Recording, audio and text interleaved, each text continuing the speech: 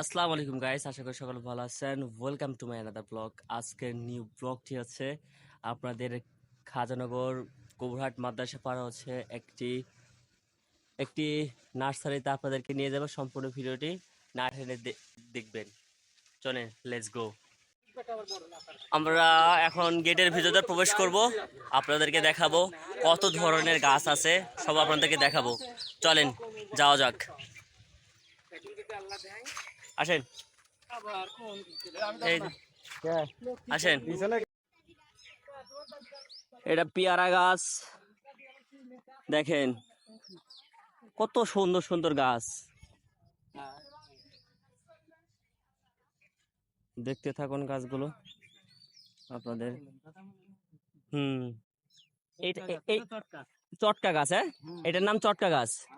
পাশে দেখছি নিম গাছ, তারপর হচ্ছে হলো শিশু গাছ আছে, এই পাশে কাঁঠাল গাছ আছে, তারপর হচ্ছে মেহগনি গাছ আছে, তারপর ওই তেজপাতার মতন এটা কি গাছ ভাই? ও, শিওর বলতে পারছেন না? আকাশমণি গাছ, হ্যাঁ, আকাশমণি গাছ। যাক, এই নার্সারিটা খুব ভালো সুন্দর করে পরিপাটি করে সাজাইছে। জি ভাই, কদবেলও আছে, হ্যাঁ, বিভিন্ন বিভিন্ন ধরনের গাছ আছে আর কি। এইটা জায়গাটা খুব পরিবেশটা খুব সুন্দর, অনেক সুন্দর করে সাজিয়েছে, দেখেন আপনারা।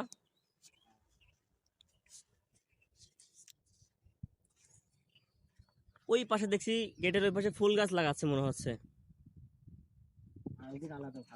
এই যে এইটা, এই আচ্ছা ভাইজান, এই গাছটার কিছু মানে বলতে পারেন এই গাছটা কি কি আছে? এই পাতা খাইলে কি হয়? এই পাতা খায় যদি এটা পানি খান, চিনির মতন লাগবে, পানি মিষ্টি।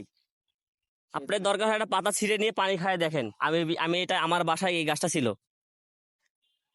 প্রথম তিতকো লাগবে, কষ লাগবে, তারপরে মিষ্টি লাগবে, সঠিক না? এখন যদি পানি খান আপনি, মনে মনে মনে করবেন আমি শরবত খাইতেছি, মিষ্টি, খুব মিষ্টি। তারপরে এখানে আরো বিভিন্ন ধরনের গাছ আছে এখানে। এই যে টপের ভিতরে দেখছেন ফুল গাছ, এই যে জবা ফুল গাছ।